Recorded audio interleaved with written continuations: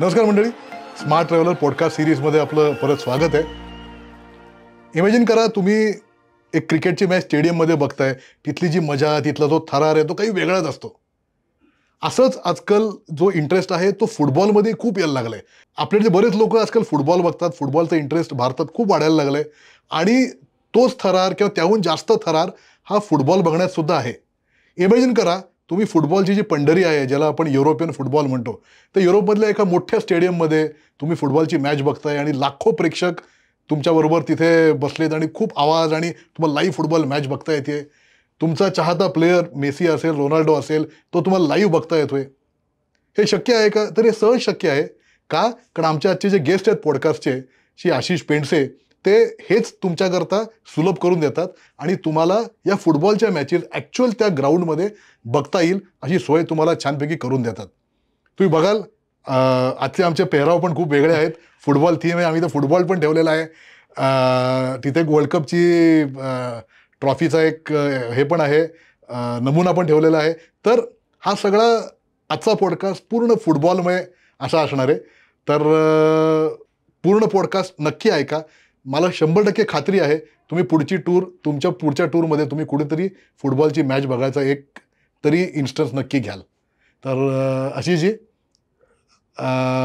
अगदी सुरुवातीला आपण बोलू की फुटबॉल मॅचेस बघणं हा मजाच काही और आहे. मी जसं क्रिकेट मगाशी म्हटलं की IPLची मॅच ॲक्च्युअल स्टेडियममध्ये बघणं, तर त्यापेक्षा आय थिंक किती पटीने मला वाटतं फुटबॉलचा उत्साह जास्त असणार मॅच बघण्यात, लाईव्ह बघण्यात.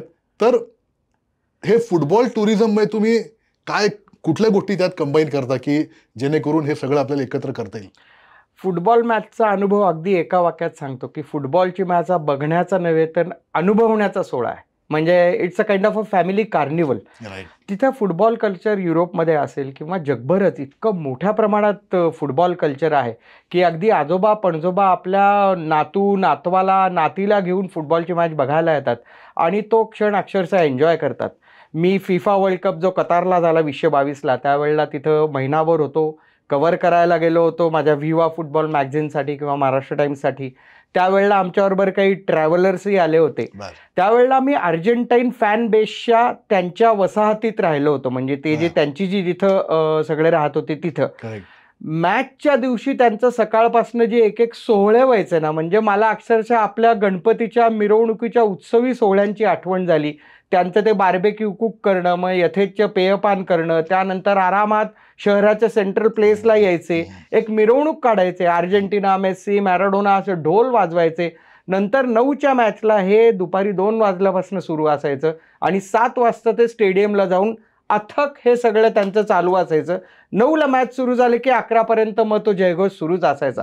सो हे संपूर्णचा माहोल म्हणजे अक्षरशः अंगावरती रोमांच येतील अशा पद्धतीचा माहोल असतो आणि तो तिथं जाऊन अनुभवणं यासारखा दुसरा एक्सपिरियन्स नाहीये. आपण टीव्हीवरती बघतो ग्लोबल स्टार्स, किलियन एम्बापे असेल फ्रान्स किंवा रिअल मॅड्रिडचा, किंवा लमाल असेल जो बार्सिलोनाकडनं खेळतो, स्पेनचा तो अवघ्या 17-18 वर्षाचा खेळाडू आहे. तर हे सगळे खेळाडू प्रत्यक्ष बघणं, तो अनुभव घेणं, हे अत्यंत रोमांचित करणारा तो अनुभव असतो. त्यामुळे प्रत्येकानेच घ्यावा असा तो अनुभव आहे. आणि तुम्ही अगदी योग्य पद्धतीने म्हणाला, सहज शक्य आहे. आपल्याला वाटतं एकतर परदेशी जायचो, बापरे परदेशी जायचो, त्यात फुटबॉलची मॅच, काही नाही, सहज शक्य आहे. सहज शक्य आपापल्या बजेटनुसार अगदी योग्य पद्धतीनेच होतं. म्हणजे आमच्या फुटबॉल पिलग्रिमेज ही आमची फुटबॉल ट्रॅव्हलची जी व्हेंचर आहे, त्याचा आधी माझा होता 1 लाख रुपीज आणि 1 वीक. सो 1 लाख रुपयात एका आठवड्यात आम्ही कोविडच्या आधी आरामात टूर्स केलेले आहेत. त्याच्यामध्ये मॅचेस बघणं, तिथं जाऊन म्युझियम्सला भेटी देणं. तिथे वेगवेगळी म्युझियम्स असतात, ती आपण नुसत्या भेटी देत नाही, तर ते म्युझियम क्युरेटर, समजा एखाद्या रिअल मॅड्रिड स्टेडियमला गेलो, त्यांनी जिंकलेल्या सगळ्या ट्रॉफी, त्याची 4D एक्सपिरियन्स, त्याच्या फिल्म्स, हे सगळं तिथं ते क्षण जिवंत होतात. इतिहासातले क्षण तिथे जिवंत होतात. त्याच पद्धतीने या स्टेडियम टूर्स ज्या असतात, आता आपल्याकडे वानखेडेला ते स्टेडियम टूर करायचं चालू आहे. कलकत्त्यामध्ये ईडन गार्डनला त्यांनी एक छोटीशी टूर केलेली आहे. सो ते स्टेडियम टूर बघणं आणि ते समजून घेणं सगळं काय आहे, याच्यासाठी तो अतिशय एक वेगळा अनुभव ठरतो आणि एक ती वेगळी आयटेनरी आता तुमच्या नॉर्मल ट्रॅव्हलच्या जोडीला एक मोठ्या पद्धतीने पुढे येते. म्हणजे आपण जे नॉर्मल फिरायला जातो कुठल्याही युरोपमधल्या देशात किंवा जगभरात कुठेही, तर त्याच्यात लिजर ट्रॅव्हल ज्याला आम्ही म्हणतो की आपण नुसतं फिरायला चाललोय, साईट सीइंग करायला चाललोय, त्याच्या जोडीला आपण फुटबॉल मॅच बघणं किंवा तुम्ही जे आता म्हणलं म्युझियम व्हिजिट करणं वगैरे वगैरे हे सगळं ऍड करून थोडं उलटही फुटबॉल मॅच बघायची आणि मधल्या 4 दिवसात टूर करायची. आयदर वे. तर या दोन्हीच्या कॉम्बिनेशन म्हणून आपण एक फुटबॉल टुरिझम हा एक शब्द काढलाय, राईट? तुम्ही मगाशी बोलता बोलता बजेटचा एक विषय काढला. लोकांना एक जी शंका असते की फुटबॉल मॅच बघणं ऍक्च्युअल स्टेडियम मध्ये खूप महाग असेल, तिकीट परवडतील का नाही, तिकीट मिळतील का नाही, इथून सुरुवात असते पहिले. तर ह्याच्यावर काय सोल्युशन आहे? खरंच महाग आहे का तुम्ही म्हणता तसं नाही एवढं? तुम्ही आता ट्रॅव्हलच्या क्षेत्रात गेली अनेक वर्षात, या पॉडकास्टच्या माध्यमातून ट्रॅव्हलचे वेगवेगळे आयाम तुम्ही उलगडून सांगताय, विशेषतः आपल्या मराठी प्रेक्षकांसाठी तुम्ही हे सांगताय. तर तसंच ट्रॅव्हलचं जर ग्लोबल स्पोर्ट्स ट्रॅव्हल हा जर आपण बिझनेस पाहिला तर तो साधारण पुढच्या 5 वर्षात म्हणजे 2030 पर्यंत $2 ट्रिलियन इतकी त्याची व्याप्ती बिझनेसच्या दृष्टीने होणं अपेक्षित आहे. आणि मुळात आपण स्पोर्ट्स पाहिलं तर ती रिसेशन फ्री इंडस्ट्री आहे. म्हणजे कोविडचा जर अपवाद वगळला, पण कोविडमध्ये आपण पाहिलं आयसोलेशनमध्ये आपण घरात होतो, पण ती IPL चालू होती किंवा या जगभर त्या मॅचेस सेफ डिस्टन्स ठेवून चालू होत्या. सो ही रिसेशन फ्री इंडस्ट्री आहे. किंबहुना त्याची 14, 18 आणि 20% त्याची वाढ होतीये जगभर. म्हणजे आपला जर काही GDP बघितला तर त्याच्या दुपटीने आणि तिपटीने स्पोर्ट्स इंडस्ट्री आणि स्पोर्ट्स टुरिझम ही वाढते. त्याच्यात 38 ते 40% हा फुटबॉलचा वाटा आहे. सो फुटबॉल जगातला नंबर 1 लोकप्रिय खेळ आहे. म्हणजे युनायटेड नेशन्स पेक्षा फिफा, ज्याला जागतिक फुटबॉल महासंघ म्हणतात, त्यांच्या सदस्य असलेल्या देशांची संख्या जास्ती आहे. आणि जगभर we call it a language of football. So जगात तुम्ही कुठेही गेला आणि फुटबॉलचे जर्सी असेल तर तुम्ही कोणाशी सहज साध्य संवाद साधू शकता. त्यामुळे अशा फुटबॉलच्या मुळे हे ट्रॅव्हल इतकं सहज सोपं झालेलं आहे. आणि आता तिकीट्स किंवा बाकी सगळं तुम्ही ट्रॅव्हल लॉजिस्टिक्स तुमच्या भाषेत तिकिटाचा खर्च अगदी खूप महाग आहे किंवा मिळायला प्रॉब्लेम आहे असं काही. आता ते लॉजिस्टिक्स आपल्याला ई-कॉमर्समुळे किंवा सोशल मीडियामुळे किंवा वेगवेगळ्या वेबसाईट्समुळे आपल्याला अगदी सहज शक्य झालेलं आहे. अवेलेबिलिटी तुम्ही जर नीट प्लॅन केलं तर मिळू शकते. तिथं जाऊन सुद्धा विंडो बुकिंग सारखं ज्याला म्हणता येईल तसं मिळू शकतं. म्हणजे गेल्याच वर्षीचं सांगतो, मी स्पेनला गेलो होतो. मॅड्रिड, बार्सिलोना हे जे बिग क्लब्स आहेत, म्हणजे आपले MI किंवा CSK जसे आहेत तसे ते बिग क्लब्स आहेत, त्यांची तिकीटं खूप आधी ॲडव्हान्समध्ये बुक करायला लागतात. पण तरी सुद्धा ती परवडनेबल असतात. एक 70-80 युरो पासून 150 युरो पर्यंत बेसिक तिकीटं अवेलेबल होऊ शकतात. मग तिथे एक रायो व्हॅलेकानो नावाचं मॅड्रिडच्या एक 20 किलोमीटर बाहेर एक क्लब आहे. अतिशय सुंदर ते उपनगर आहे. तिथं मॅच होती. म्हणलं बघूया मिळतो का. मी गेलो. अक्षरशः आपण विंडो बुकिंग पूर्वी करंट बुकिंग करायचं आपण थिएटरला जाऊन, तसं तिथं विंडोवरती मी 35 युरोला ते तिकीट खरेदी केलं आणि मॅच बघितली. सो तसंच आम्ही इंग्लंडला गेलो होतो. चेल्सी नावाचा लंडनचा फेमस क्लब आहे. तिथं त्यांनी सेल लावला होता. 20 पाऊंडामध्ये आम्हाला त्या दिवशी त्यांनी तिकीट दिलं आणि कुठेही बसा अशी स्कीम होती. त्यामुळे आम्ही 20 पाऊंडात अगदी मैदानाच्या जवळ आम्ही बसलो. सो अशा पद्धतीने तिकीट अवेलेबिलिटी असते. वेल प्लॅन जर आपण ही टूर केली तर हे सगळं व्यवस्थित प्लॅन करून करता येऊ शकतं. त्यामुळे मुळात जाणं अरे बापरे, हे सगळं करणं अरे बापरे असं काही नाही. हे सहज सुलभ होऊ शकतं आणि anybody and everybody can fly and enjoy. आणि मला सांगायला खूप आनंद वाटतो, 2018 पासून साधारण आपलं फुटबॉल पिलग्रिमेज व्हेंचर सुरू झालं. आपली मराठी मुलं, विशेषतः यंग जनरेशनमधली मुलं आणि त्यांच्या ऑब्व्हियसली त्यांच्या पालकांचंही कौतुक आहे की ते परवानगी देतात त्यांना. ती अतिशय मोठ्या संख्येने, मोठ्या उत्साहाने या सगळ्या टूर्समध्ये सहभागी होतात आणि त्यांना तितकंच खेळाचं ज्ञान आहे. म्हणजे काय आता मिलेनियम किड ज्याला म्हणतात, 2000 नंतर जन्मलेला, त्याला पेले, मॅराडोना वगैरे सगळं माहिती आहे. मी विचारतो की अरे तुम्हाला कसं माहिती, तुम्ही तर जन्मालाही नव्हता. आम्हाला सगळं माहिती आहे. आम्ही सगळे व्हिडिओज बघतो, आम्ही युट्यूबवरती बघतो आणि इतके पॅशनेट ते आहेत आणि इतकं त्यांना फुटबॉलबद्दल प्रेम आहे. जरी ते फुटबॉल बेताचे खेळत असले तरी सुद्धा फुटबॉल या खेळाबद्दल एवढी पॅशन आहे की ते thoroughly enjoy every movement of that tour. आणि मी अजून एक सांगतो की स्पोर्ट्सशी संबंधित असलेला मुलगा मुलगी आणि नॉन स्पोर्ट्स मुलगा मुलगी याच्यात जमीन आसमानाचा फरक दिसतो.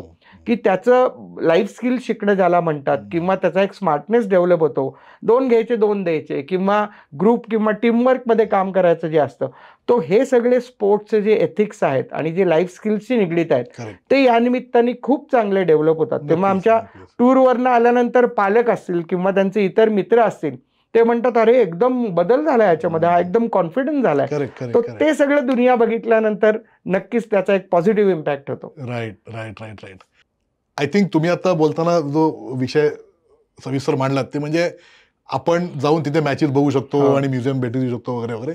पण आपण जो विषय मगाशी ऑफलाईन बोलत होतो तो म्हणजे जे स्टुडंट्स आहेत किंवा मे बी नॉर्मल स्टुडंट किंवा मॅनेजमेंट स्टुडंट्स असतील, काही इंजिनिअरिंग स्टुडंट्स असतील, तर त्यांना स्पोर्ट्समध्ये करिअर करायचंय, तर अशा लोकांकरता आपण काय देऊ शकतो? म्हणजे त्यांच्याकरता मॅचेस बघणं हा एकच भाग झाला, पण अजून त्याला आपण कॉम्प्रिहेन्सिव्ह कसं करू शकतो? थोडी या फुटबॉल पिल्ग्रिमेजची सुरुवात कशी झाली आहे थोडं थोडक्यात सांगतो. बेसिकली मी नॅशनल फुटबॉलर, सो मी महाराष्ट्राचा व्हाईस कॅप्टन होतो, सब ज्युनियर, ज्युनियर, पुढे इंडिया कॅम्प खेळलो. सो अशा पद्धतीने फुटबॉलशी संबंधित होतो. नंतर मग इंज्युरीमुळे, टिपिकल नी इंज्युरी, त्यानंतर मग मी पत्रकारितेत आलो. 1994च्या फिफा वर्ल्ड कप जो अमेरिकेत झाला तेव्हा मी लोकसत्तामध्ये लेखमाला लिहिली. त्यानंतर मग मी पत्रकारितेत आलो. लोकसत्ता, महाराष्ट्र टाइम्स, असं मी 20-25 वर्ष ॲक्टिव्ह पत्रकारिता केली.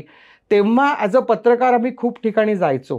आम्हाला दौऱ्यांना जायला मिळायचं, वेगवेगळे अनुभव घ्यायला मिळायचे. मग जेव्हा मी 2016ला माझं विवा फुटबॉल मॅगझिन सुरू केलं आणि त्यानंतर ऑब्व्हियसली आपण फिफापासून भारतीय फुटबॉल महासंघ सगळीकडे अधिस्वीकृती म्हणजे ॲक्रिडिटेशन आहे विवा फुटबॉलला, कव्हर करायला जातो आपण मॅचेस. मग तिथं जाताना माझ्या डोक्यात असा विचार आला की अरे आपण हे तर जगभर अनुभव घेतोय, ते आपण पास ऑन करू शकू का, किंवा पुढच्या पिढीला किंवा जे याच्यात इंटरेस्टेड आहेत त्यांना हाच आपण अनुभव देऊ शकू का. आणि मग पहिल्यांदा माझ्या डोळ्यासमोर आले ते विद्यार्थी, कारण ते एकतर दे आर द फ्युचर्स आणि त्यांच्यात एवढी पॅशन आहे, ती जर योग्य आपण त्याला गाईड केलं तर ती passion can be a very successful profession. So म्हणून मग मी सिम्बॉसिस असेल, MIT असेल किंवा डेक्कन एज्युकेशन असेल, MES असेल, मुंबईतले NASM असतील, या ज्या स्पोर्ट्स मॅनेजमेंट आणि मॅनेजमेंट इन्स्टिट्यूट्स आहेत त्यांना अप्रोच झालो. आणि मला सांगायला खरंच आनंद वाटतो की त्यांनी खूप पॉझिटिव्ह प्रतिसाद दिला. आणि मग त्यांच्या विद्यार्थ्यांना घेऊन आम्ही पहिल्यांदा वर्ल्ड फुटबॉल समिट, ही जी स्पेनमध्ये होते, it's a annual sports business conference, की जिथे जगभरातले सगळे स्पोर्ट्स बिझनेस रिप्रेझेंटेटिव्ह येतात, कंपनीज येतात, त्याला आम्ही 2018 साली पहिल्यांदा गेलो.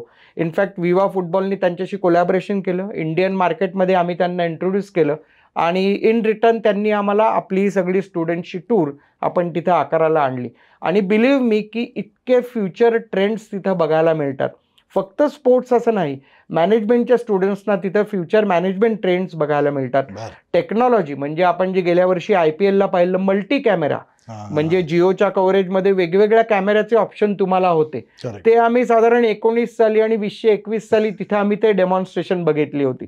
किंवा VR ज्याला म्हणतात, व्हर्च्युअल रियालिटी किंवा ऑगमेंटेड रियालिटी, एक्झॅक्टली. सो त्याचे सगळे आम्ही पाथ ब्रेकिंग प्रयोग तिथं बघितले होते. किंवा ब्लॉकचेन टेक्नॉलॉजी ज्याला म्हणतात, की ज्यांनी फक्त फॅन एंगेजमेंट नाही तर आता इलेक्शनमध्ये मतदारांना सुद्धा कनेक्ट करण्याचं कोट्यावधींच्या संख्येत ही टेक्नॉलॉजी आपल्याकडे आलेली आहे. सो असे सगळे ट्रेंड्स तिथं बघायला मिळतात. मायक्रोसॉफ्टचं global sports innovation center GSIC याचं हेडक्वार्टर मॅड्रिडला आहे. सो तिथं स्पोर्ट्समधली जी इनोव्हेशन्स होतात टेक्नॉलॉजी बेस्ड, ती तिथं बघायला मिळतात. त्यांची सिंगापूरला वर्षातनं 2दा एपेक म्हणजे एशिया पॅसिफिक कॉन्फरन्स होते, सो त्यालासुद्धा आपण काही स्टुडंट्सना पाठवलं होतं. सो अशा पद्धतीने फक्त स्पोर्ट्स नाही तर मॅनेजमेंट, टेक्नॉलॉजी, हे सगळे ट्रेंड्स तिथं अनुभवायला मिळतात. आणि best way is to meet your future employer. तुम्ही त्यांच्याशी थेट संवाद साधू शकता, तुम्ही जगभरातले ट्रेंड समजून घेऊ शकतात. आणि दुसरं म्हणजे महत्त्वाचं, जसं आमच्याकडे पत्रकारितेत विद्यार्थी येतात, काहीतरी त्यांना भारी बनायचं असतं आणि आल्यानंतर लक्षात येतं अरे आपल्याला वाटतंय नाहीये की सचिन आणि कोहली बरोबर जेवायचं, फोटो काढायचं, एवढंच फक्त नाहीये, खूप हार्डवर्क आहे. तसंच स्पोर्ट्स हे जे काही स्पोर्ट्स एज्युकेशन हे जे क्षेत्र आहे किंवा स्पोर्ट्स प्रोफेशनमध्ये जाणं म्हणजे काय याचा रियालिटी चेक सुद्धा या सगळ्या कॉन्फरन्सेसमधनं येतो. सो अशा पद्धतीने एक अक्षरशः म्हणजे ज्याला आम्ही इमर्सिव्ह एज्युकेशनल एक्सपिरियन्स असं म्हणतो, किंवा या अकॅडमिक्सच्या भाषेत क्रेडिट पॉईंट असतात, हो, ते आपण क्रेडिट पॉईंट ह्या प्रॅक्टिकलच्या माध्यमातून कन्वर्ट करतो. म्हणजे काय, तर मॅचच्या ठिकाणी मार्केटिंग कसं केलं जातं, फॅन एंगेजमेंट कसं केलं जातं, हे ते पुस्तकात शिकतात. पण प्रत्यक्ष मॅचच्या वेळेला काय असतं हे ते त्याचा रिपोर्ट ते तिथे लिहितात. किंवा मगाशी आपण म्युझियमचा उल्लेख केला, बार्सिलोनाला ऑलिम्पिक म्युझियम आहे की 1992चं ऑलिम्पिक बार्सिलोनाला झालं होतं, तिथे त्यांनी म्युझियम केलंय. मग तिथं तो क्युरेटर आम्हाला सगळं समजून सांगतो की हे कसं आम्ही क्युरेट केलं, याच्यातनं हे कल्चर कसं पास करतो. तर हा जो स्पोर्ट्स म्युझियम हा जो त्यांना एक टॉपिक आहे, स्पोर्ट्स कम्युनिकेशन हा टॉपिक आहे, ते सगळं तिथे ते प्रत्यक्ष अनुभवतात. किंवा लालिगा बिझनेस स्कूल आहे किंवा युरोपियन युनिव्हर्सिटीचं बिझनेस डिपार्टमेंट आहे, तिथं जाऊन आपण त्यांना 1 दिवसाचं वर्कशॉप घेतो about the international businesses. So त्या पद्धतीने मॅनेजमेंटच्या स्टुडंट्सना सुद्धा हे सगळे फ्युचर ट्रेंड समजून घेता येतात. असं एक academics plus football plus obviously युरोपला गेल्यानंतर तिकडलं नाईट लाईफ नाही पण इव्हनिंग लाईफ तर आपण नक्की एन्जॉय करू शकतो. तिकडलं म्हणजे कुझिन आहे, तिकडलं स्ट्रीट फूड आहे, तिकडलं फ्लेमिंको डान्स आहे. सो हे सगळं तिकडला जो माहोल आहे. किंवा तुम्ही लंडन मँचेस्टरला गेला तर पिकॅडली आहे, लंडनमध्ये तुम्ही टॉवर ब्रिजचं तिकडलं जो इव्हनिंग वॉक आहे, हे सगळं तुम्ही तिथं एन्जॉय करू शकता. आय थिंक पण स्टुडंट दृष्टीने बघायला गेलं तर हे खूपच आय थिंक इनपुट्स त्यांना मिळत असतील. तुम्ही म्हटलं जसं की स्पोर्ट्स सायन्सचे स्टुडंट असतील तर त्यांना खूपच आय थिंक पॉझिटिव्ह आहे सगळे इथे जाणं आणि लोकांना भेटणं बेसिकली. अगदी. आणि मी मगाशी म्हणलं तसं की लाईफ स्किल्स खूप डेव्हलप होतात. सो म्हणजे एकदा तुम्ही तिथं एक्सपोज झाला तुमच्या सगळ्या इंटरनॅशनल त्या सगळ्या ॲटमॉस्फिअरशी, साधं स्वतःची 30 सेकंदात ओळख करून देणं तिथं. आणि मी I make it a point की प्रत्येक मुलगा हा किमान रोज 30 मला व्हिजिटिंग कार्ड आणून देईल की म्हणजे तो तेवढ्या लोकांशी बोलला पाहिजे, त्याचं स्वतःचं त्यांनी ब्रँडिंग मार्केटिंग कसं करायचं, त्याच्या इन्स्टिट्यूटला तो रिप्रेझेंट करतो. सो हे एक सेन्स ऑफ रिस्पॉन्सिबिलिटी जी आहे. सो असे खूप सारे लाईफ स्किल्स डेव्हलप होतात, कम्युनिकेशन डेव्हलप होतं. सो त्यामुळे एक सर्वांगीण ज्याला overall personality development through academic, sports and recreation, असं हे सगळं आपण साध्य त्याच्यात करू शकतो. Nice nice nice nice. म्हणजे स्टुडंट्स ऐकत असतील ते मला वाटतं अगदी they will be more than happy to join. कारण हे काय शेवटी आपल्याकडे हे मिळणं पण अवघड आहे. अशा ठिकाणी गेलं तर ते एक्सपोजर जे मिळतं ते प्रॅक्टिकल एक्सपोजर खूप गरजेचं आहे. कमिंग टू ओरिजिनल पॉइंट, आपण जे टुरिझम बद्दल बोललो की टुरिझम आणि फुटबॉल ऍक्टिव्हिटी किंवा फुटबॉल मॅचेस विजिट हे कसं कंबाईन करता येईल, तर तुम्ही मागाशी मला बोलताना सांगत होतात की आपल्याला कसं कंबाईन करता येईल, त्यामागे पॉईंट राहून गेला. हाऊ इज इट रेकमेंड कसं करता? बरोबर. साधारण आता आपल्याकडे बघायला गेलं तर इंग्लिश प्रीमियर लीग जी इंग्लंडची आहे, किंवा लालिगा जी स्पेनची आहे, किंवा बुंडसलिगा जी जर्मनीची आहे, हे आपल्याकडे खूप फॉलो केल्या जातात. 3 मेजर लीग्स आहेत. या 3 ज्या युरोपियन लीग्स आहेत, प्रत्येक युरोपियन देशामध्ये त्यांची लीग असते. तर पण या 3 लीग्स आपल्याकडे प्रचंड म्हणजे लाखांमध्ये, मिलियन्समध्ये त्याला फॉलोअर्स आहेत. आणि अक्षरशः 7वी 8वी 9वी पासून मुलं, आणि मला अगेन खूप सांगायला आनंद वाटतो, मुली सुद्धा, म्हणजे सुद्धा खरं म्हणायला नाही पाहिजे, मुली खूप मोठ्या प्रमाणात सध्या वर्ल्ड ओव्हर वुमेन स्पोर्ट्स हे खूप बूमवरती आहे. आणि मुली प्रेक्षक म्हणून नाही तर प्रत्यक्ष खेळण्यासाठी मुली खूप पुढे येत आहेत. आत्ता जो वुमेन्स फुटबॉल वर्ल्ड कप झाला, so that was one of the highest watched and ticket त्याचं सेल म्हणता येईल, आणि कमर्शियली सक्सेसफुल तो वर्ल्ड कप होता फुटबॉलचा. So women in sports is a next big thing happening in the world. तर ह्या शनिवार रविवारी या लीगच्या मॅचेस होतात. त्याच्यामुळे आपण नॉर्मली शुक्रवारी फ्लाय करतो, शनिवार किंवा रविवारी मॅच असते, त्यानुसार मग आपण सिटी टूर आणि तिकडे मॅच बघतो. परत मग दुसऱ्या शहरात जायला सोमवार ते बुधवार गुरुवार हे आपण तुमचं टिपिकल टुरिझम असतं. पण दॅट टू आमचं स्टेडियम व्हिजिट, म्युझियम व्हिजिट, किंवा एखाद्या अकॅडमीला भेट आपण देतो की प्रत्यक्ष अकॅडमी कशी चालते. त्यांचं जे ट्रेनिंग असतं क्लबचं, तो काही ट्रेनिंग स्लॉट हे पेड आपल्याला ओपन असतात. सो तिथं आपण प्लेयर्सना मीट अँड ग्रीट करू शकतो, ट्रेनिंग बघू शकतो त्यांचं. किंवा त्यांची जी अकॅडमी असते, आता बार्सिलोनाची ला मासिया म्हणून वर्ल्ड फेमस अकॅडमी आहे, किंवा मँचेस्टरची अकॅडमी आहे. सो या सगळ्या इंग्लिश क्लब्सच्या अकॅडमी खूप फेमस आहेत. तिकडनं सगळे जगप्रसिद्ध फुटबॉलपटू त्यांनी घडवले अक्षरशः. तर त्या अकॅडमीजना आपण भेटी देऊ शकतो, आणि परत पुढचा वीकेंड जो आहे तो आपण मॅचेस तिकडे बघू शकतो. या सगळ्याची जी एक चॅम्पियन स्पर्धा आहे, ज्याला चॅम्पियन्स लीग म्हणतात. सो जिथे युरोपमधल्या प्रत्येक लीगचे चॅम्पियन तिथं खेळतात, त्या चॅम्पियन्स लीगच्या मॅचेस साधारण मिडवीक असतात, म्हणजे मंगळवार बुधवार अशा असतात. ओके. सो आपण असा पण आठवडा बघून जातो की शनिवार रविवार आपण लीग मॅच बघू, मंगळवार बुधवार चॅम्पियन्स लीग बघू. सो म्हणजे एकदा उडलं की make most of it. So तशा पद्धतीने आपण ती आयटेनरी आणि तसं प्लॅनिंग करू शकतो. ऑब्व्हियसली चॅम्पियन्स लीगचं तिकीट थोडं महाग असतं कारण it's a premium club tournament in the world actually.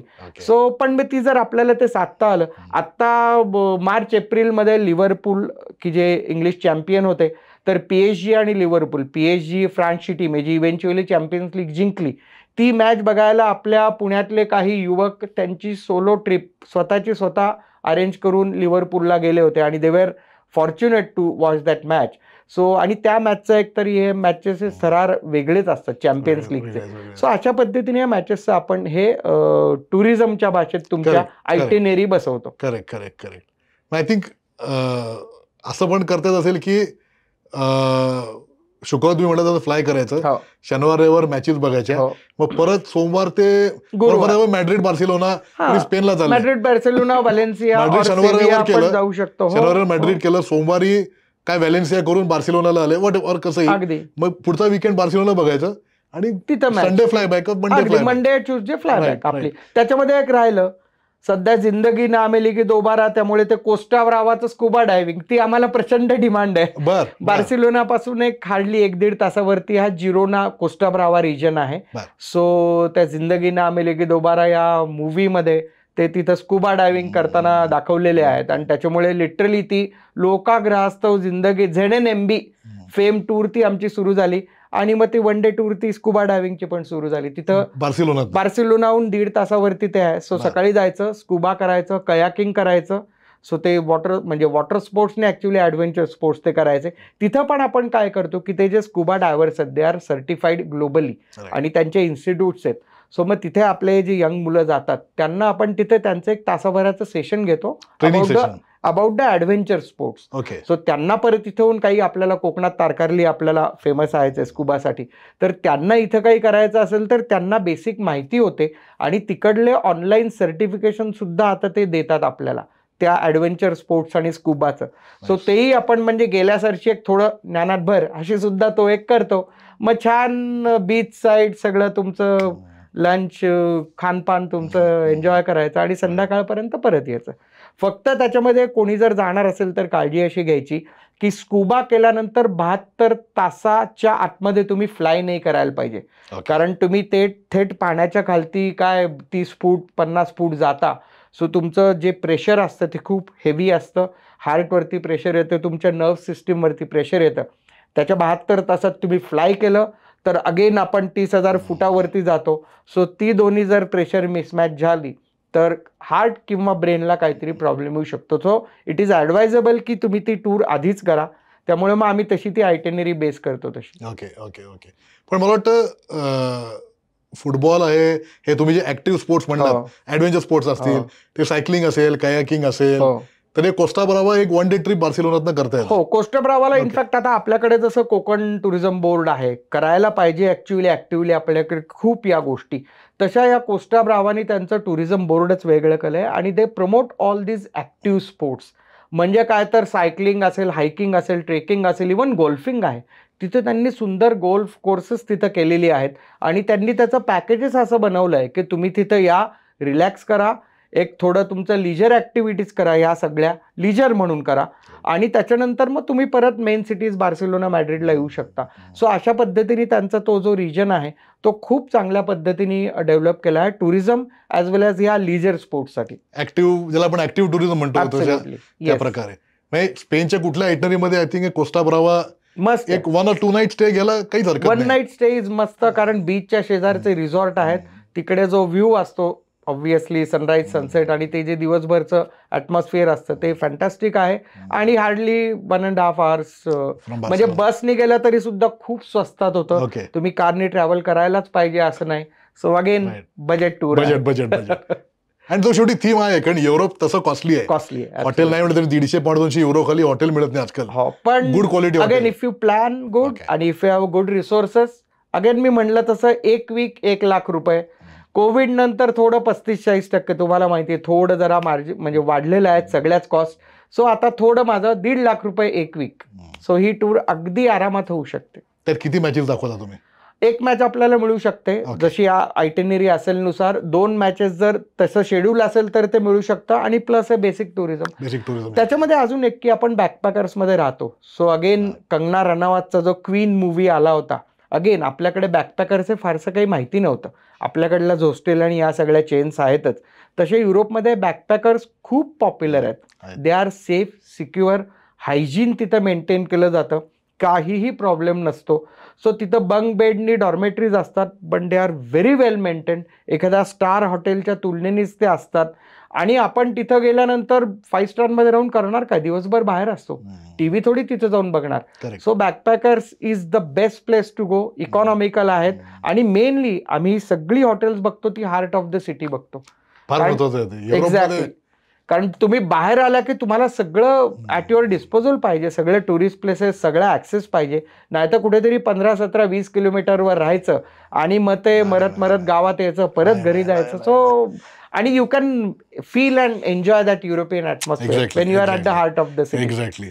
आणि जसं कॉस्ट बॅलन्स करायला अगदी आपलं फुटबॉल मेन पर्पज आहे. But again balancing the cost without compromising quality, safety, security and health. Exactly, अगदी एक्झॅक्टली. कारण आपला फुटबॉल मेन पर्पज आहे जायला, त्याचं तिकीटही जास्त महत्वाचं आहे. आणि या बॅकपॅकर्स मध्ये जगभरची लोक येतात. सो म्हणजे आता आम्ही कोणी इजिप्शियन असतो, कोणी एक आम्ही मँचेस्टरला गेलो होतो, पॅरिसहून एक जण आला होता त्यावेळेला मँचेस्टरची मॅच बघायला. सो सगळी म्हणजे एशियन आपले सगळे येतात तिथं. जो त्यांच्या ओळखी पाळखी होतात. तिकडे कॉमन एरियामध्ये सगळे असतात, वायफाय तिथं असतं, हल्ली रूम्समध्ये पण आहे, पण कॉमन एरियामध्ये मग इव्हेंट होतं. आणि अजून मला खूप आनंद होतो सांगायला की आपल्या भारताबद्दल खूप लोकांना कुतूहल आहे, आणि चांगल्या अर्थाने कुतूहल आहे, आणि they really wish to explore India. म्हणजे आमच्या स्पेन किंवा इंग्लंड ट्रिपमध्ये 2-3 ओळखी झाल्यानंतर ते भारत आणि श्रीलंकेला आले होते टूर करायला विथ आर रेफरन्स. सो आपण आपलं भारताचं मार्केटिंग करू शकतो तिथे, आणि ब्रँडिंग, आपण ब्रँड अँबॅसेडर होऊ शकतो भारताचे. सो ते छान सगळं त्या ॲटमॉस्फिअर एन्जॉय करता येतं. करेक्ट. अशी जी आपण आत्ता युरोप बद्दल बोललो, प्रीमियर लीग आहे, चॅम्पियन्स लीग आहे, लोकल कंट्री लीग्स आहेत, तर एशिया पॅसिफिक किंवा मिडल ईस्ट या एरियामध्ये फुटबॉल निगडीत आपल्याला टुरिझम काय करता येतं? म्हणजे विजाही सोपा आहे, ट्रॅव्हल टाइमही कमी आहे, तर अशा दृष्टीने आपल्याला काय UAE मध्ये आणि एशिया पॅसिफिकमध्ये काय? जगातला सगळ्यात लोकप्रिय फुटबॉलपटू, जगातला सगळ्यात महाग फुटबॉलपटू, जो काय $700 बिलियन वगैरे त्याचे करार आहेत, आणि काय 660 कोटी 70 कोटी त्याचे फॉलोअर्स आहेत इंस्टाग्रामवरती, तो क्रिस्टियानो रोनाल्डो नियरेस्ट आणि चीपेस्ट जर बघायचा असेल खेळताना, फ्लाय टू सौदी. ओके. तो सौदीमधल्या अल नसार या क्लबकडनं खेळतो. आणि तिथं जाण्याचं आपलं दुसरं महत्वाचं कारण म्हणजे जे वर्ल्ड फुटबॉल समिट मी म्हणलं, ही कॉन्फरन्सचा आता एशिया अवतार सुद्धा त्यांनी 2 वर्षापाठी सुरू केला, आणि यावर्षी आता डिसेंबरमध्ये ती रियादला होणार आहे, जे सौदी अरेबियाचं कॅपिटल आहे, आणि अल नसारची त्याच दरम्यान तिथं मॅच आहे. सो तुम्ही तिथं WFS अटेंड करू शकता, रोनाल्डोला प्रत्यक्ष खेळताना बघू शकता. सो अनेकांचं आय एम शुअर की ड्रीम कम ट्रू होणार आहे ते. आणि अगेन तुम्ही म्हणला तसं नियरेस्ट अँड द चीपेस्ट, कारण युरोपपेक्षा तुलनेने सौदी रियाल काय ट्रॅव्हल कॉस्टही कमी आहे, ट्रॅव्हल टाईम कमी आहे. सो आपण ती टूर इझिली मॅनेज करू शकतो. आणि विशेषतः सौदी जर आता बघायला गेलं तर त्यांनी स्पोर्ट्समध्ये खूप साऱ्या तिथं इन्व्हेन्शन्स आणलेली आहेत, त्यांनी इन्व्हेस्टमेंट केलेली आहे. जगभरातले त्यांनी आघाडीचे स्पोर्ट्स पर्सन तिथे आणलेले आहेत. त्यांची आता प्रीमियर लीग क्रिकेट सुद्धा सुरू होतीये, की जी फक्त सौदीमध्ये नाही तर 5ही कॉन्टिनेंटमध्ये ती खेळवायचा त्यांचा विचार आहे. त्यांना ऑलिम्पिकचं यजमानपद ते आता अप्लाय करतायत. फुटबॉलच्या वर्ल्ड कपचं त्यांना 234चं यजमानपद मिळालेलंच आहे. सो आता अशा पद्धतीने सौदीमध्ये प्रचंड मोठ्या प्रमाणावरती एक स्पोर्ट्सची क्रांती घडते आहे. आणि आपल्याला सौदी किंवा मिडल ईस्ट म्हणलं की बाकी समजा काही निर्बंध, रेस्ट्रिक्शन्स अशा गोष्टी मनात येतात, पण तसं बिलकुल नाही. मी तिथं 2दा जेद्दाला गेलो होतो फिफा क्लब वर्ल्ड कपला. मुंबईतले 7 आपले फॅन्स घेऊन गेलो होतो. मँचेस्टर सिटी जिंकला होता तिथं. US वाईब आहे तिथं लिटरली, म्हणजे डाव्या बाजूनी गाडी चालवण्यापासून ते तिकडलं कल्चर अक्षरशः US वाईब आहे तिथं. तो काहीही अडचण नाही. व्हेजिटेरियन लोकांना सुद्धा काहीही अडचण नाही, कारण तिथं तो एक युरोप तर हल्ली आता म्हणजे जैन फूडही मिळायला लागलेलं आहे, सगळीचकडे आहे. सौदीमध्ये विशेषतः लोकांनी ते जरा अप्रिहेन्शन होतं, पण व्हेरी इझी, व्हेरी कस्टमाइज्ड आणि खूपच सौदी टुरिझमनी आता प्रमोट करतायत टुरिझम थ्रू स्पोर्ट्स.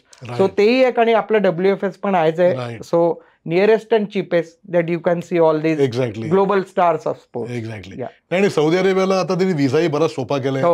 ते इव्हन लेजर टुरिझमला पण इंडियन्स त्यांना हवेत. त्यांनी आता खूप स्वतःची इमेज बदलायचा प्रयत्न त्यांनी खूप बदलायची प्रयत्न केलाय. आपल्या IPL ला ते स्पॉन्सरच आहेत. तो त्या पद्धतीने जे इंडियन मार्केटमध्ये येत आहेत आणि टुरिस्टना अट्रॅक्ट करतायत. सो तिथे सुद्धा नक्कीच आपण व्हेंचर करणं शक्य आहे. एक्झॅक्टली. अजून एक महत्वाचं म्हणजे या सगळ्या फुटबॉल प्रेमींसाठी the biggest attraction El Clasico म्हणतात त्याला, म्हणजे रिअल मॅड्रिड वर्सेस बार्सिलोना हे जे 2 दादा क्लब आहेत जगातले, त्यांच्यातली मॅच ही एल क्लासिको म्हणून फेमस आहे. That is the most watch football match between the 2 clubs. आता त्यांनी काय केलंय, स्पॅनिश सुपर कोप ही जी त्यांची टुर्नामेंट होते ती आता गेल्या 2 वर्षापासून सौदी अरेबियात ते घेतात. त्याच्यामुळे रिअल मॅड्रिड बार्सिलोना येतात, म्हणजे 2 सेमीफायनल तिथं होतात आणि फायनल तिथं होते. So mostly real Madrid Barcelona हेच त्या फायनलला खेळतात. सो ती El Clasico again nearest and cheapest आपण बघू शकतो. जानेवारी 2026ला आपली ती टूर असेल, ती टुर्नामेंट त्या दरम्यान आहे. सगळी जर टुर्नामेंट बघायची झाली तर 1 आठवड्याची सौदीची टूर अतिशय उत्तम प्रकारे होऊ शकते. आणि हे सगळे ग्लोबल स्टार्स बघायला युरोपलाच जायला पाहिजे असं नाही, सौदीमध्ये आपण ते नक्की बघू शकणार आहोत. सो ते तुम्ही म्हणला तसं सौदीतलं कमिंग अट्रॅक्शन नक्कीच आहे. नाईस. आता पुढच्या वर्षी वर्ल्ड कप US मध्ये आहे मला वाटतं. अमेरिका, कॅनडा आणि मेक्सिको. ओके. तर अमेरिकन व्हिसा हा विषय तर बाजूला सोडला, कारण तो सगळ्यांनाच त्रास देणारा विषय. पण बरेच लोकांचे व्हिसा आता आहेत सुद्धा, काहींच्या तारखा आहेत. आत्ता केलं आपल्या तर मला वाटतं पुढच्या वर्षी टुर्नामेंटच्या तर व्हिसा होऊन जाईल लोकांचा. तर ज्यांना US मध्ये वर्ल्ड कप बघायला जायचंय तर अशा लोकांकरता आपल्याकडे काही प्रोडक्ट आहेत डेव्हलप केलेले? फिफा वर्ल्ड कप इज जगातली ऑलिम्पिक आणि फिफा वर्ल्ड कप ही लार्जेस्ट अटेंडेड टुर्नामेंट आहे. त्याला ग्लोबल ऑडियन्स ज्याला म्हणतात तो आहे. कतारला जी 22 साली फिफा वर्ल्ड कप जो झाला त्याच्यामध्ये अगेन आपल्याला अभिमान आहे की Indian were the 3rd largest foreign contingent to travel there. 74,000 भारतीय तिथं आले होते. इंग्लंड, युरोप आणि लॅटिन अमेरिका, अर्जेंटिना, ब्राझील नंतरचे हे सर्वाधिक ट्रॅव्हल कॉन्टिंजंट होता भारतीयांचा तिथे जाणारा. सो अगेन फुटबॉलची क्रेज प्रचंड आहे आणि एक्सप्लोर करतायत आता लोक. सो फिफाने 2018च्या रशिया वर्ल्ड कप पासून काय केलं, आपलं फिफाचं confirm ticket was your visa, simple. आणि रशियानी तर 1 वर्षाचा व्हिसा देऊ केला होता. दुसरं महत्वाचं, सगळं लोकल ट्रॅव्हल त्यांनी फ्री केलं होतं. आता US मध्ये आय एम डाऊटफुल ते होईल का नाही, बट कतारनी त्याच्या पुढे जाऊन केलं की कतारनी एक हैया कार्ड म्हणून आम्हाला इश्यू केलं. इथे आम्ही मुंबई, बँगलोर एअरपोर्ट पासून, इमिग्रेशन पासून ते तिथं कुठेही गेलं तरी Hayya card was our visa. US ला एवढं सोपं नाही म्हणत. आता US वरती हा दबाव आहे की ज्यांना कन्फर्म तिकीट्स मिळत आहेत त्यांच्यासाठी तुम्ही व्हिसामध्ये काही, जर तुम्ही टुरिस्ट व्हिसामध्येच पण व्हिसा रिस्ट्रिक्शन तुम्ही जर काही कमी करू शकलात तर फिफा त्यांच्यावरती निगोशिएट करते आहे. पण अनफॉर्च्युनेटली USचा जो इलिगल इमिग्रंट्स आणि हे जे सगळे इश्यूज झाले त्यामुळे थोडं अवघड आहे. पण आय एम शुअर पुढल्या वर्षी जून आणि जुलैला वर्ल्ड कप होतोय तिथे. बाय दॅट टाइम नक्की things will be sorted out. आणि $50 पासून $5,000 पर्यंत हॉस्पिटॅलिटी, VIP प्रीमियम तिकीट्स आणि $50 आपली सर्वसाधारण तिकीट्स अवेलेबल आहेत. आता त्याची ड्रॉज ओपन झालेला आहे. ऑनलाईन 3 ड्रॉज होणार आहेत. त्याच्यामध्ये आय एम शुअर तिकीटं नक्की मिळतील, कारण USA, कॅनडा आणि मेक्सिको अशा 3 ठिकाणी असल्यामुळे फॉरेन ऑडियन्स त्यांना पाहिजे, कारण तिथं लोकल तेवढा ऑडियन्स नाहीये. त्याच्यामुळे तिकीटं खूप सहज सुलभ आहेत. व्हिसा मोस्टली सॉर्टेड होईल. So we are banking on US FIFA World Cup. Right. I think ज्यांनी US व्हिसा नसेल त्यांनी त्वरित अप्लाय करावं. त्यानिमित्ताने US व्हिसा मिळून जाईल. 10 वर्षाचा नाही तरी 5 वर्षात नक्की US व्हिसा मिळेल. आणि आपल्यापैकी अनेकांचे अमेरिकेत नातेवाईक आहेत, मित्रमंडळी आहेत. मला स्वतःला एक 5-7 लोकांनी इन्व्हाइट केलेलं आहे. तू फक्त ये एवढंच ते म्हणतात. इंटरनल ट्रॅव्हल वगैरे आहे जरा बरेच तिथे, लॉजिस्टिकली चॅलेंजिंग आहे, पण त्यासाठी तुमच्यासारखी लोक आहेत. So travel experts, they will take care of that. Football itinerary definitely it would be a very attractive, कारण अमेरिका इज टोटली डिफरंट. म्हणजे ते अव्हेंजर्स आणि ते सगळी मर्सिडीज बेन्झ स्टेडियम वगैरे आउट ऑफ द वर्ल्ड आहे. दे आर वे अहेड आणि technology आहे तिथं. आत्ता जो फिफा क्लब वर्ल्ड कप तिथं झाला तर दॅट वॉज अमेझिंग एक्सपिरियन्स. तो फॅन्सना सुद्धा जाऊन तिथं पाहणं will be out of the world experience. Canada आणि मेक्सिको, येस, कोणाला जर खरंच व्हेंचर करायचं असेल, मेक्सिकोला माझ्या विवा फुटबॉल मॅगझिनच्या थ्रू आपले काही तिथं जर्नलिस्ट फ्रेंड्स आहेत, ट्रॅव्हल वेंडॉर्स आहेत, मेक्सिकन काही क्लब बरोबर आपण कोलॅबरेशनमध्ये आहोत. ते तिथं फॉरेन टुरिस्टची व्यवस्था करायला उत्सुक आहेत, कारण they want Indians to come to Mexico.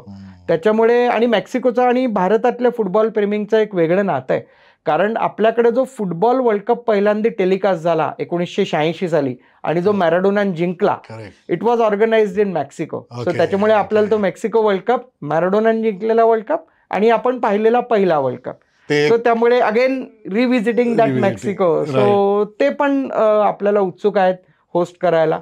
आणि कॅनडा तर आहेच आहे, कॅनडामध्ये तर भरपूर सारं पाहण्यासाठी आहे. सो या निमित्ताने होऊन जाईल विजा आणि सगळं. Right right right right. अशी जी US वर्ल्ड कप तर नेक्स्ट इयर जून जुलैमध्ये आहे, पण आता जे ऑनगोईंग टुर्नामेंट्स आहेत किंवा चॅम्पियन्स लीग सारख्या ज्या मेजर टुर्नामेंट्स आहेत, त्या आता कुठल्या कुठल्या आहेत till about February March next year? Football आपण जाऊ शकतो. म्हणजे फुटबॉलचा सीझन हा नॉर्मली ऑगस्ट सप्टेंबरला सुरू होतो, तो एप्रिल मे पर्यंतचा चालू राहतो. त्याच्यातलं अजून आपण एक चांगलं पॅकेज ज्याला म्हणता येईल, ऍक्टिव्ह स्पोर्ट्स मगाशी आपण बोललो, तर फुटबॉल कोचिंग कॅम्प टूर्स हे अत्यंत, आता आम्ही 2 वर्ष झाले, म्हणजे एक बाय प्रॉडक्ट तयार होतं. तसं झालं की तुम्ही टुरिस्ट घेऊन येता, फाईन, मग लहान मुलं घेऊन या, शालेय और कॉलेज स्टुडंट्स घेऊन या, की जिथं फुटबॉलचे कोचिंग कॅम्प आम्ही घेऊ. सो स्पॅनिश असेल किंवा इंग्लंडला साऊथहॅम्प्टन असेल किंवा स्पेनमध्ये हे सगळे लिडिंग क्लब्स आणि अकॅडमीज असतील, तिथं फुटबॉलचे 5 दिवसाचे 1 वीक 2 वीक 1 महिन्याचं कोचिंग कॅम्पही ऑर्गनाईज करतात. तेही अतिशय खूपच वाजवी दरामध्ये असतं. आपल्याला वाटतं तिथे जाऊन हे सगळं, पण त्यांच्याकडे 3 मीलपासून अकोमोडेशन, तिकडलं ट्रेनिंग फॅसिलिटी सगळं त्याच्यामध्ये ते प्रोव्हाइड करतात. साधारण 1 ते 1.25 लाखामध्ये ते टोटल त्याची कोचिंग कॅम्प फी असते. आणि नाही अक्षरशः, आणि तिथं जाऊन तो जो ग्लोबल एक्सपिरियन्स जो घेणं जो आहे ना, तो खूप या प्लेयर्सना फायदेशीर ठरतो. आणि दुसरं त्याच्यातनं एक टूर जी इन्व्हॉल्व झाली, की मुलं कोचिंग कॅम्पला जातील, पेरेंट्स ट्रॅव्हल करतील. सो तशा पद्धतीची सुद्धा टूर आपण काही एक्सप्लोअर करतो आहोत, काही टायप्स करतो आहोत. त्यामुळे ते ॲक्टिव्ह स्पोर्ट्समधला हा एक सुद्धा वेगळा कोचिंग कॅम्पचा जो फॅक्टर आहे तोही तिथं आहे. नॉट ओनली दॅट, फुकेटमधनं आम्हाला एक चांगलं प्रपोजल आलं आहे, की तुम्हाला माहिती आहे बँकॉक टुरिझम आणि हे सगळं भरपूर आपले इंडियन जातात. अगेन नियरेस्ट आहे, चीपेस्ट आहे. सो फुकेटला पेरेंट्स गेले की तिथल्या अकॅडमीमध्ये 5 दिवस ते ट्रेन करतील आणि मग पेरेंट्स बाय दॅट टाइम बँकॉकला येतील, बँकॉक पटाया टूर करून परत फुकेटला जाऊन परत येतील. आता मुंबईहून फुकेटला डायरेक्ट फ्लाईटही सुरू झाले. सो अशा पद्धतीचे फुटबॉल कोचिंग कॅम्प टूर्स ही सुद्धा पेरेंट्स खूप चांगल्या पद्धतीने त्याला रिस्पॉन्स देत आहेत. मुलांना खूप त्याच्यातनं काही मिळत आहे. आणि आपलं इंडियन कस्टमायझेशन ज्याला म्हणतात तसं आम्ही 2 गोष्टी करतो. एक तर पार्टिसिपेशन सर्टिफिकेट देतो, त्यामुळे आपल्याला ते सर्टिफिकेट लागतं. आणि नुसतं ती कोचिंग कॅम्प होऊन चालत नाही, तर दर 3 महिन्यांनी तिकडले कोचेस आपल्याला झूमवरती फॉलोअप घेतात, की म्हणजे दिलेला गृहपाठ करतोय ना व्यवस्थित. त्याच्यामध्ये जर ग्रुप असेल तर आपण कोचला मिनिमम कॉस्टमध्ये घेऊन जाण्याचा प्रयत्न करतो. सो अशा पद्धतीने तेही एक अट्रॅक्शन आहे कोचिंग कॅम्प टूर्सचं. आणि तुम्ही मगाशी म्हणलं युरोपियन गेम्स, तर डर्बी हा एक तिकडला खूप फेमस प्रकार आहे. म्हणजे मँचेस्टर डर्बी, मँचेस्टर सिटी आणि मँचेस्टर युनायटेड या 2 क्लब एकत्र असतात, किंवा लंडन मधले चेल्सी आणि टॉटनहॅम हॉटस्पर्स हे डर्बी गेम्स ज्याला म्हणतात. त्या डर्बी गेमला पॅकेजेसना खूप डिमांड असते आणि ते सुद्धा अगदी खोटं वाटेल 60,000 रुपयापासून ते पॅकेज अवेलेबल आहेत. सो म्हणजे एक्स लंडनला आपल्या खर्चाने जा, 60,000 रुपयामध्ये 2 डेज 3 नाईट्स 60,000 रुपयामध्ये 2 नाईट्स 3 डेजचं पॅकेज आपल्याला डर्बीचं अवेलेबल आहे. सो त्याला सुद्धा तिकीटही खूप महाग असतील. आणि नाही कॉस्ट 60,000 तिकीट पण इन्क्लुडिंग तिकीट, हो इन्क्लुडिंग तिकीट्स आहे, इन्क्लुडिंग स्टे, तिकीट, आणि तुम्ही फक्त लंडनला पोचायचं. सो ही सुद्धा खूप अट्रॅक्टिव्ह ऑफर्स आहेत. मॅड्रिड डर्बीच्या चांगल्या ऑफर्स आहेत. सो असे डर्बी गेम्स एक्सप्लोअर करायला जर्मनीमध्ये विशेषतः बायर्न म्युनिकच्या तिकीट्सना आणि गेम्सना मागणी असते. त्यांचा जो अलियन्स एरिया म्हणून स्टेडियम आहे ते मल्टी कलरमध्ये ग्लो होतं संध्याकाळच्या नंतर. सो तिथं पण जास्ती, आणि तो बायर्न म्युनिक आपल्याकडे खूप फेमस आहे क्लब. सो असे ह्या क्लबच्या सगळ्या मॅचेसना डिमांड आहे. आणि त्या पुढच्या अगदी एप्रिल मे पर्यंत, म्हणजे आपल्या समर वेकेशन पर्यंतच्या टूर्स आपण नक्कीच एक्सप्लोअर करू शकतो. राईट. ग्रेट. आशिषजी, तुम्ही आज एक खूपच वेगळा पर्स्पेक्टिव्ह या सगळ्या, कारण स्पोर्ट्स टुरिझम हे आपल्याकडे लोकांना वाटतं खूप महाग आहे, कारण ज्या काही प्रस्तावित कंपनीज आहेत बऱ्याचशा मेट्रोमध्ये आहेत त्या खूपच 2-2 लाख 3-3 लाखाच्या खाली कोणीच काही कधीच कुठलं पॅकेज येत नाही. माझा अनुभव तोच आहे. पण तुम्ही हे सामान्य माणसाला किंवा कॉमन मॅनला परवडेल अशा रेटमध्ये करताय. आपल्याकडे मुंबई पुणेच नाही तर कोल्हापूर असेल, नागपूर असेल, सांगली असेल, इकडे प्रचंड फुटबॉलची क्रेज आहे. आणि तिकडली आपली मराठी जेन झी ज्याला म्हणतो ती खूप मोठ्या प्रमाणावरती इच्छुक आहेत, ट्रॅव्हल करायला विलिंग आहेत आणि ते ट्रॅव्हल करतायत. Correct correct correct. I think हा पॉडकास्ट बघून त्यांना तेही लक्षात येईल की फुटबॉल मॅचेसला युरोपमध्ये बघायला जाणं किंवा UK मध्ये बघायला जाणं हे एवढं खर्चिक नाहीये. थोडंसं आहे नो डाऊट, कारण ते आता आउट ऑफ कंट्री म्हणलं, पण खिशाला परवडेल अशा दरात ते करता येईल आपल्याला. Right right right right. आणि या ज्या आपल्याकडल्या सिटीज मधल्या फुटबॉल फॅन्सची युरोपियन क्लब्सनी दखल घेतली. म्हणजे आपलं पुणे मुंबई आहे, कोल्हापूर आहे, नागपूर आहे, इथं जे रिअल मॅड्रिड आहे, बार्सिलोना आहे, चेल्सी आहे, मँचेस्टर युनायटेड आहे, यांच्या फॅन क्लब्सला त्या क्लब्सनी ऑफिशियल फॅन क्लब म्हणून दर्जा दिलाय. सो त्याच्यामुळे त्यांच्यातलं आदान प्रदान ऑलरेडी चालूच आहे. आपण त्यांना तिथपर्यंत नेण्याचं काम विवा फुटबॉल आणि फुटबॉल पिलग्रिमेज थ्रू करतो. सो नक्कीच ते सुद्धा याच्या आपला पॉडकास्ट बघून मोठ्या संख्येने आपल्या टूर्सना येतील. क्या बात आहे, क्या बात आहे. हा पॉडकास्ट बरेचसे ट्रॅव्हल एजंट पण बघतात. माझे काही ट्रॅव्हल एजंट असंख्य मित्र आहेत, तर तेही बघतात की नवीन डेस्टिनेशनबद्दल माहिती मिळते वगैरे. तर हा जो विषय आहे की नॉर्मल आपण मगाशी बोललो होतो लिजर टूर बरोबर एक फुटबॉलचा पार्ट, म्हणजे इंटरेस्टेड लोक आहेत त्यांच्याकरता. तर तुम्ही आमचे जे ट्रॅव्हल एजंट मित्र मैत्रिणी आहेत पुण्यामधले किंवा महाराष्ट्राभर पसरलेले, तर त्यांना तुम्ही ह्याच्यात थोडं गायडन्स आणि मदत करू शकाल in case someone calls you? अगदीच गेल्याच आठवड्याचं उदाहरण सांगतो. आमचे काही ट्रॅव्हल एजंट्स मित्रांथ्रूच काही लोक स्पेनला गेली होती आणि ते मॅड्रिडला होते आणि ते प्रचंड फुटबॉल वेडे आहेत. त्यांचा मला फोन आला की अरे इथं कुठे मॅच आहे का. मग त्यावेळेला ॲटलेटिको मॅड्रिडची त्या रविवारी मॅच होती. मी त्यांना लगेच कनेक्ट करून दिलं आणि त्यांना ही फुटबॉल आयटिनरी सुद्धा त्यांना सांगितली आणि ते व्हेरी हॅपी. त्यांना तिकिटे मिळाली, ते मॅचला बघायलाही गेले. गेल्या वर्षी आपल्या पुण्यातल्याच काही फॅमिली गेल्या होत्या, ते फ्रान्स आणि मग स्पेनला वगैरे गेल्या होत्या. त्यांचा मुलगा 10वी पास झाला होता आणि त्याला त्यांनी प्रॉमिस केलं होतं की तुला रिअल मॅड्रिडच्या स्टेडियमला नेऊन आणीन, कारण तो रिअल मॅड्रिडचा प्रचंड फॅन. त्या टूरमध्ये त्यांना ही फुटबॉलची आयटिनरी जोडून दिली आणि ही वॉज सो हॅपी की त्याला तो प्रत्यक्ष मॅच अनफॉर्च्युनेटली नाही बघायला मिळाली कारण तोपर्यंत सीझन संपला होता, पण ॲटलिस्ट तो सॅन्टियागो बर्नेबाओला जाऊन तो स्टेडियम बघू शकला. त्याच्यामुळे अशा भरपूर साऱ्या लंडनमध्ये आमचे काही कलाकार मित्र गेले होते आणि ते सुद्धा फुटबॉल फॅनॅटिक्स होते. सो त्यांचा मला फोन आला, अरे काय मॅच आहे का कुठली. तेव्हा लकीली स्पर्सची मॅच होती लंडनमध्येच. सो त्यांना ते सगळं अरेंज करून दिलं आणि ते सुद्धा त्यांनी मॅच बघितली तिथं. सो येस, डेफिनेटली अशा पद्धतीचा फुटबॉल आणि स्पोर्ट्स रिलेटेड जो, किंवा स्पेनला जर गेला तर माझ्या 2 मित्रांचा मला फोन आला, बुलरिंग आहे तिथे. सो व्हॅलेन्सियाला आणि मॅड्रिडला बुलरिंग म्हणजे बुल फाईट अजून तिथं चालू आहे आणि खूप रेअर आहे. जसं फ्लॅमिंगो बघायला अवश्य जातातच विथ सांग्रिया आणि ते सगळं त्यांचं जे आहे ते, तर बुलरिंग तिथं ॲक्टिव्हली चालू होती. आमचे 2-3 आहेत ते बुलरिंगचे तिथं ऑफिशियल एजंट आहेत. तेही अजून एक सांगतो की इकडनं ऑनलाईन तिकीटं बुक करता येतील, पण be aware he unofficial sites असतात आणि त्याच्यामध्ये फसवणूक होण्याचा धोका असतो. त्याच्यामुळे त्यांच्या जरी एजंट्सकडनं केलं तरी ते ऑफिशियल एजंट्स आहेत का नाही याची खातरजमा नक्की करा. सो हे सगळे ऑफिशियल एजंट्स आपल्या थ्रू नेटवर्कमध्ये आहेत.